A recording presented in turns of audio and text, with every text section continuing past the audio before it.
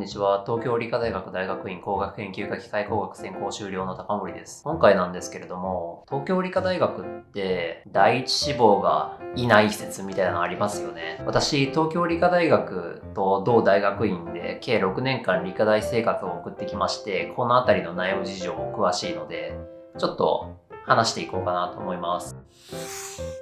第一志望はほぼいないですね。体感8割、9割ぐらいがですね、東工大とかその他国立大学落ち、あと早慶落ちて、渋々理科大に来たみたいな人が、8、9割ですね。なので、第一志望いない説っていうのは、ちょっと概算というかざっくりの見積もりになるんですけど、合ってますね、正直。なので、くすぶってる人もちょくちょくいたりはするんですけど、東工大とかね、国立落ちちゃったよね、早期落ちちゃったよねっていうところで、そこは前向きに捉えて、理科大で真面目に勉強してる人が多い印象ですね。で、ちょっと触れたくすぶってる人ですよね。理科大で学歴論打するのに結構いい大学じゃね説みたいなのがあるので、そこもフォローすると、一定数ですね、4年とか、院のタイミングで他大学に転籍というか論打する人はいますね。で、そういう人がどういう人なのかっていう話なんですけど、意外と学科のトップ層みたいなところはそういう学歴論打みたいなのをしなくて、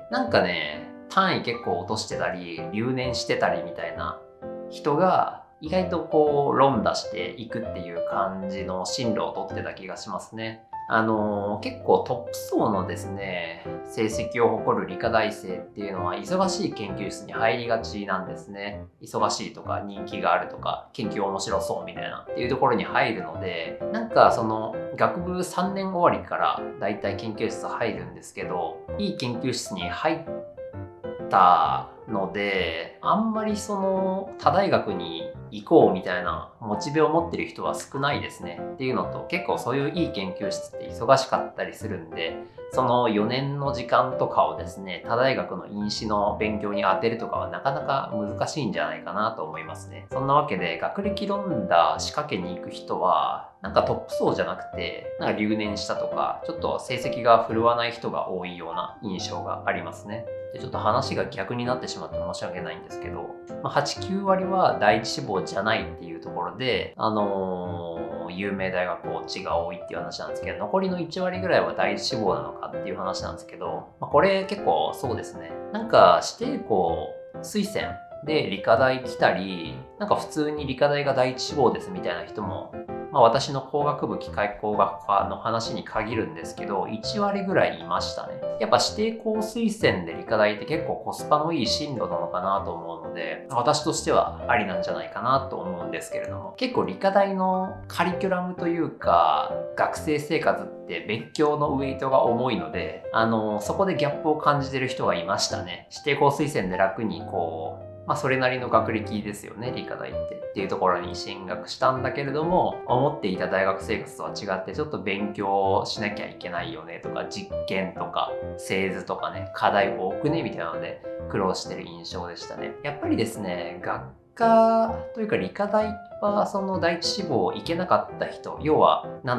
理科大を第一志望とする母集団とはちょっと上の層ですよねの学力を持った人が集まってくるっていうところもあって、授業もちょっとそういう上の層向けというか、メイン層向けに扱ってるので、理科大第一志望で踏まえて入れたのはいいんですけど、ちょっと授業のレベル高くねとか課題むずくねみたいなのでしんどそうな人がちらほらいますね。その1割2割ぐらいのところには。そこも人当たりが良ければですね、みんな理科大の人って真面目で優しい人が多いのかなと思いますんで、協力してくれると思いますね。というところで、第一志望はほとんどいないっていうのが結論でして、第一志望ちょっといるんですけど苦労するよねっていうのが内部事情ですね。で、学歴コンプの人みたいなのはあんまりいなくてですね、理科大入ったらそのまま理科大の大学院行って、同じ研究室で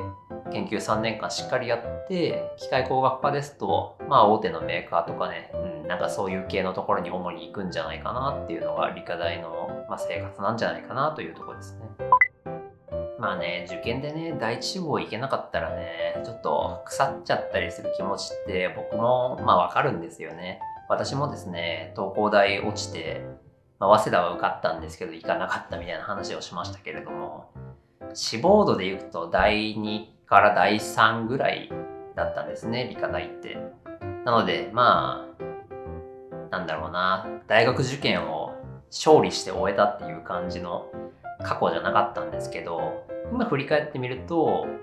それで良かったのかなと思いますね。一種のその挫折経験みたいなのを味わえるっていうのは人生でもなかなかなくてですね、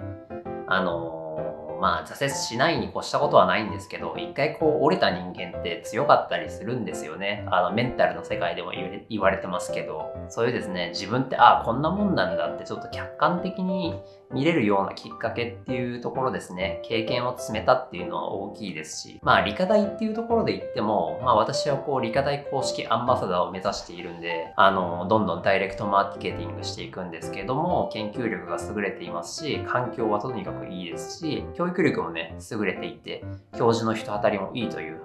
しっかり勉強してね、自分の血肉にするにはすごくいい大学と思いますんで、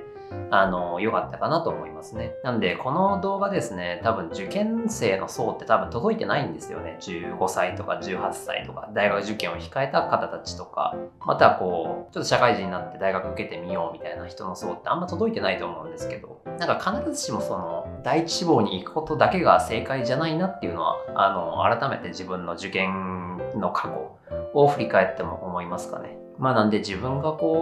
やりたいことというかね、この大学進学したいなとか、この大学でこういうことやりたいなみたいなのを軸にして、学歴みたいなのはネットのお遊びみたいなものかなと僕は思ってますんで、そういう軸で、自分の軸で進路を決めていくっていうのが大事なんじゃないかなっていうのが、改めて思うことですわね。